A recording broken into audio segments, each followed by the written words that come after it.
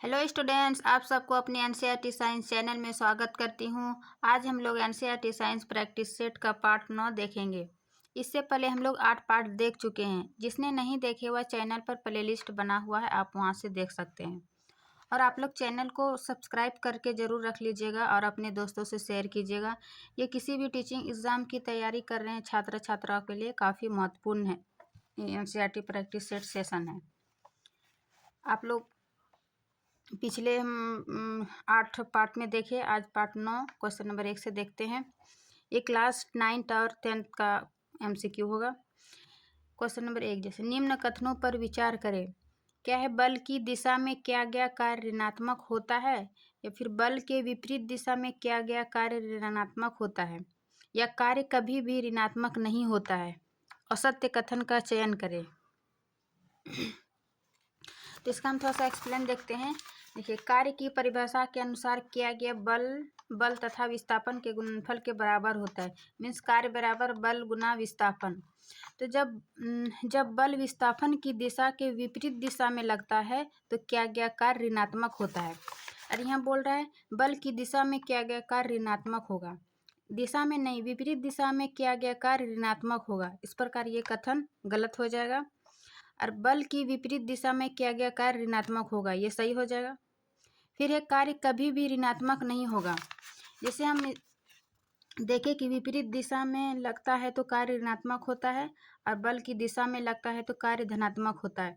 इस प्रकार यह हम कह सकते हैं कि किसी बल द्वारा किया गया कार्य धनात्मक अथवा ऋणात्मक दोनों हो सकता है, या तो धनात्मक या तो ऋणात्मक।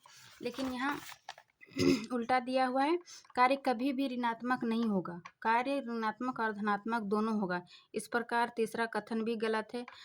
असत्य कथन का चयन कीजिए। मीन्स 1 और 3 किस में है? बी, यानी 1 का हो जाएगा बी। सत्य कथन सिर्फ 2 हो जाएगा। कार्य के विपरीत दिशा में ऋणात्मक होता है और कार्य की दिशा में धनात्मक होता है। इसका कॉन्सेप्ट याद रखिएगा। फिर है क्वेश्चन नंबर 2, सही सुमेलित कीजिए।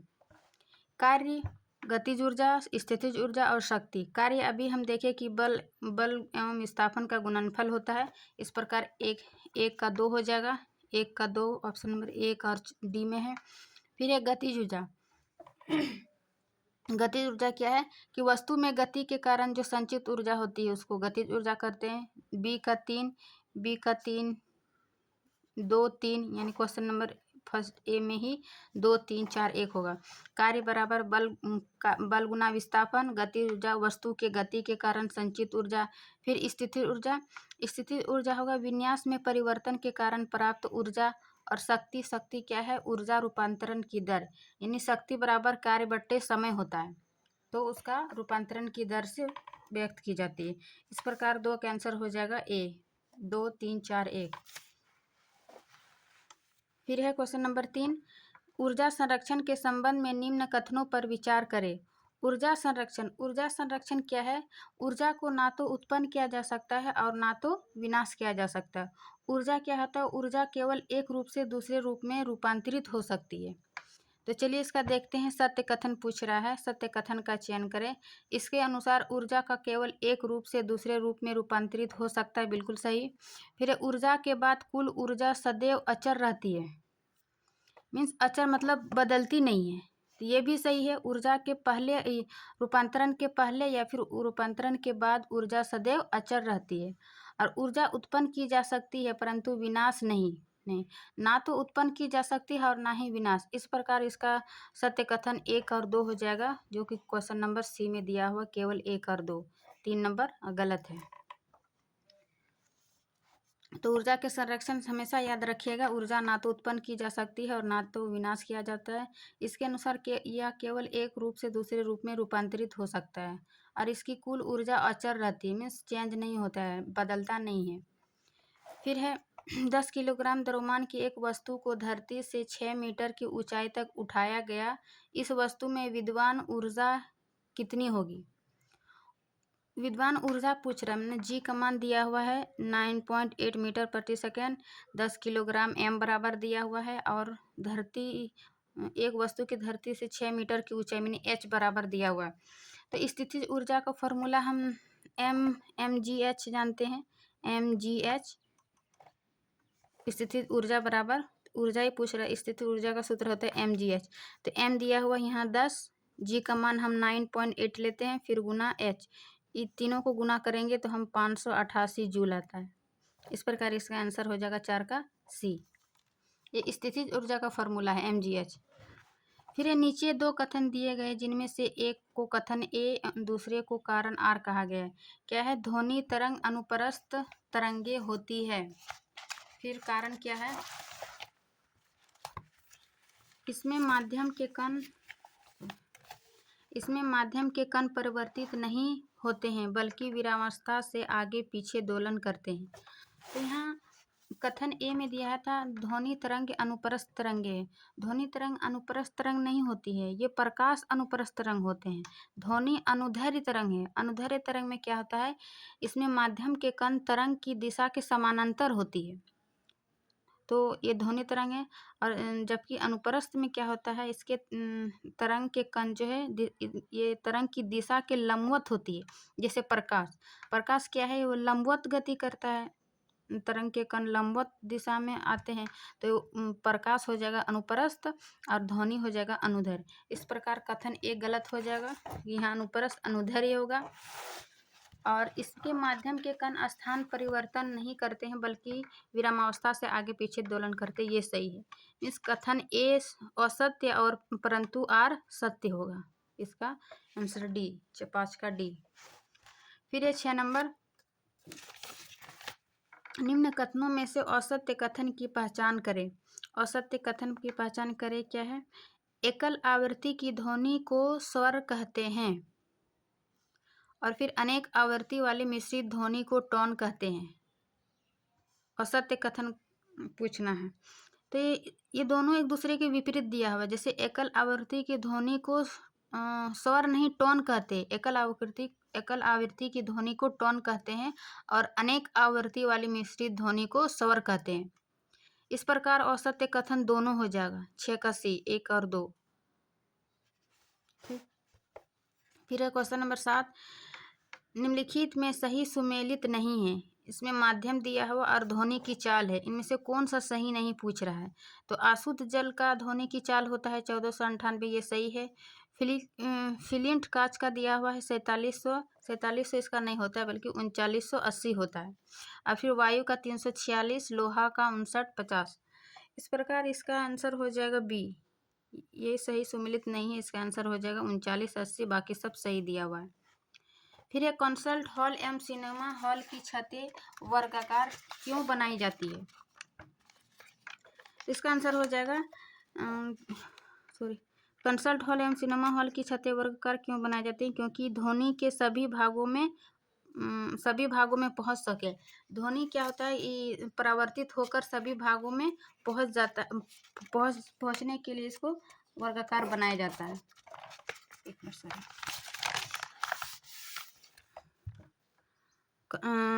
इसका ध्वनि परावर्तन होकर सभी भागों में पहुंच जाते हैं, इसलिए इसको वर्गाकार बनाया जाता है। तो इसका आंसर हो जाएगा 8 का बी। फिर है 9, निम्न में से कौन 25 किलो हर्ट्ज तक की ध्वनि सुन सकते हैं?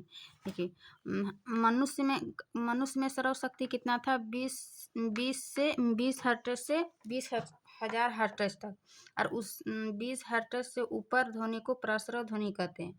तो बोल रहा 25 किलो हर्ट्ज की ध्वनि कौन सुन सकता है? तो इनमें से कुछ जानवर होता है, और 5 वर्ष से कम आयु बच्चा 25 किलो हर्ट्ज तक की ध्वनि को सुन सकता है। इस प्रकार इसका आंसर हो जाएगा ए, कुत्ते और 5 वर्ष से कम आयु बच्चे, यानी ए और बी दोनों। ये बीपीएससी टीआरई 3 में पूछा गया क्वेश्चन है कि 5 वर्ष से कम आयु के बच्चे कितने ध्वनि हर्ट्ज सुन सकता है। फिर निम्नलिखित कथनों पर विचार करें। क्या है? डॉल्फिन एवं पोर्पाइज पराध्वनि उत्पन्न करता है। राइनोसिरस 5 हर्ट्ज तक की आवृत्ति का उपयोग करता है। वेल तथा हाथी अश्रव ध्वनि उत्पन्न करता है। तो अश्रव ध्वनि क्या है? जो कि अश्रव ध्वनि वही जो मनुष्य 20 हर्ट्ज से 20,000 हर्ट्ज ध्वनि सुन सकता है, और 20 हर्ट्ज से अधिक ध्वनि को अश्रव ध्वनि कहते हैं।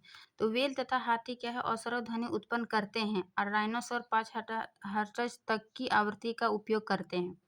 और डॉल्फिन हो गया, इसमें चमगादड़ भी आ जाएगा और पराध्वनि उत्पन्न करता है।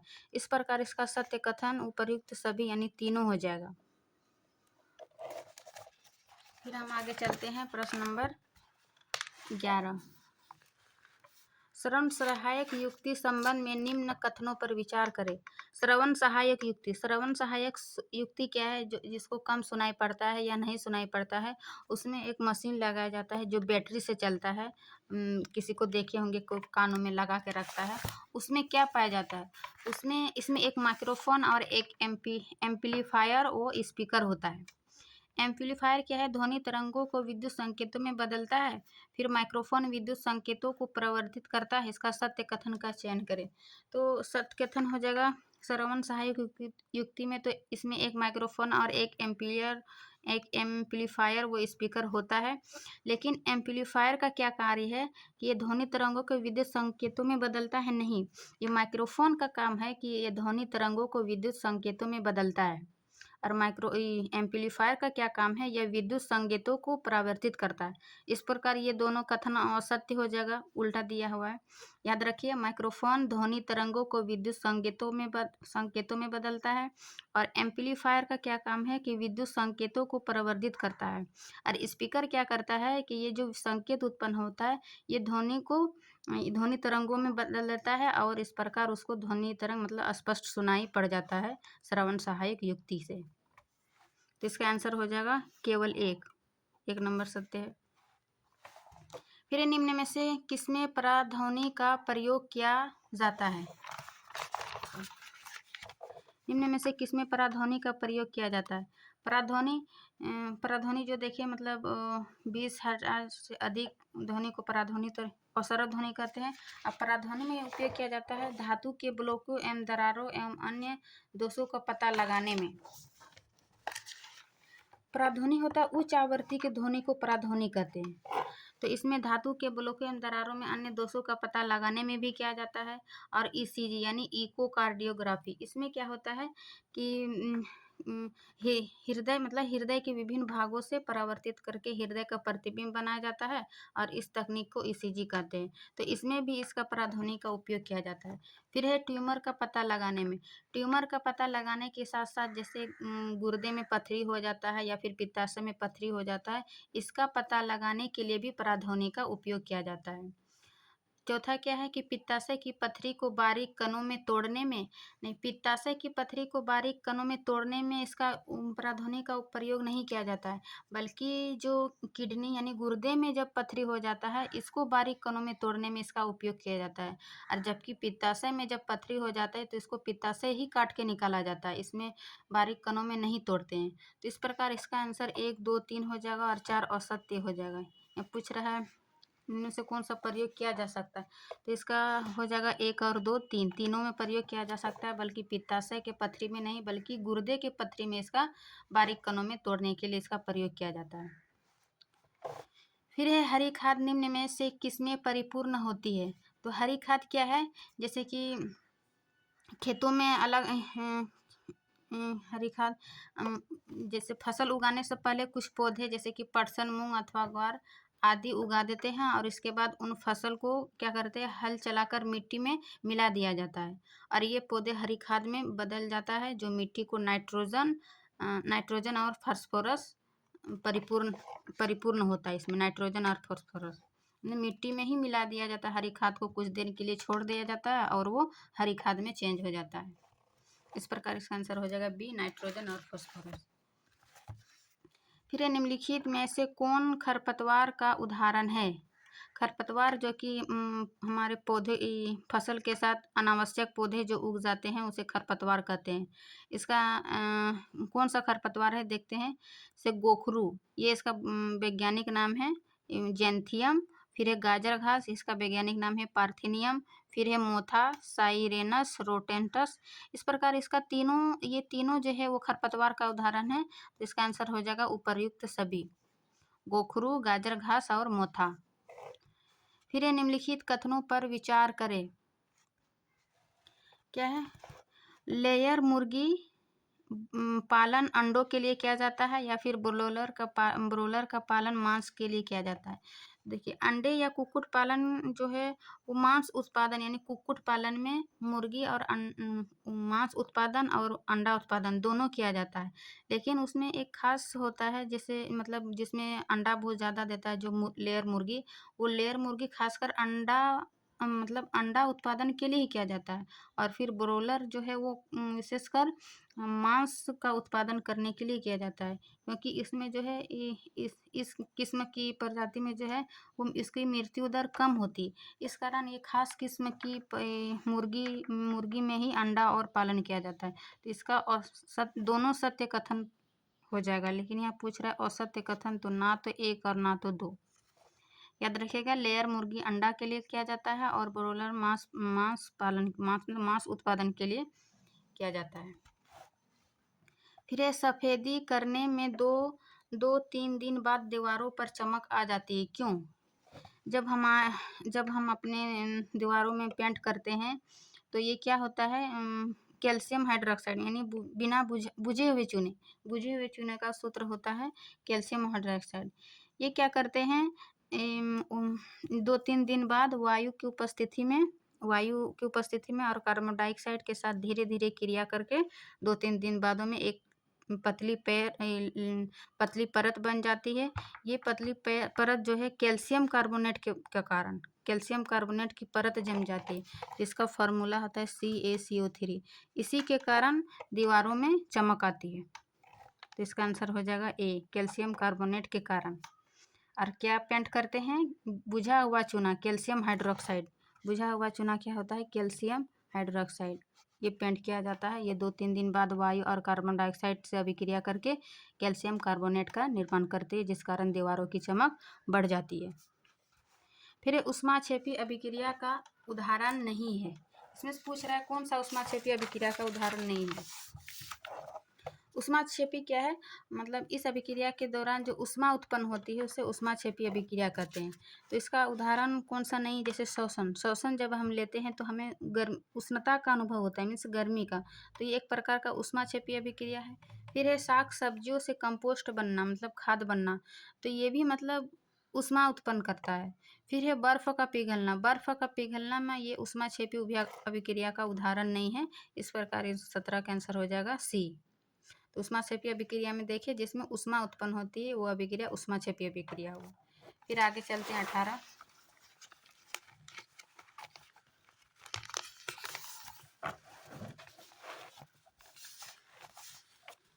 उपचयन यह निम्न कथनों पर विचार करें। उपचयन और अपचयन। उपचयन अभिक्रिया क्या है, अभिक्रिया के समय हाइड्रोजन का ह्रास होता है, या फिर अपचयन क्या बोल रहा है, अभिक्रिया के समय हाइड्रोजन की वृद्धि होता है। जैसे उपचयन में हम देखें कि इसमें ऑक्सीजन की वृद्धि और हाइड्रोजन का ह्रास होता है, तो ये सही है कि हाइड्रोजन का ह्रास होता है, ऑक्सीजन की वृद्धि और हाइड्रोजन का ह्रास। जबकि अपचयन में क्या होता है, ये ऑक्सीजन की कमी और हाइड्रोजन की वृद्धि, ऑक्सीजन की कमी और हाइड्रोजन की वृद्धि दिया हुआ है। इसमें ऑक्सीजन की ह्रास और ऑक्सीजन की वृद्धि और हाइड्रोजन का ह्रास होता है।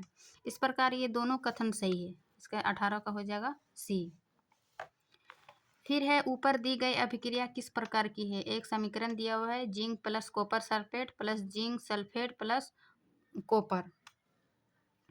तो ऊपर दी गई अभिक्रिया किस प्रकार का है, संयोजन अभिक्रिया, विस्थापन अभिक्रिया, वियोजन अभिक्रिया और विस्थापन।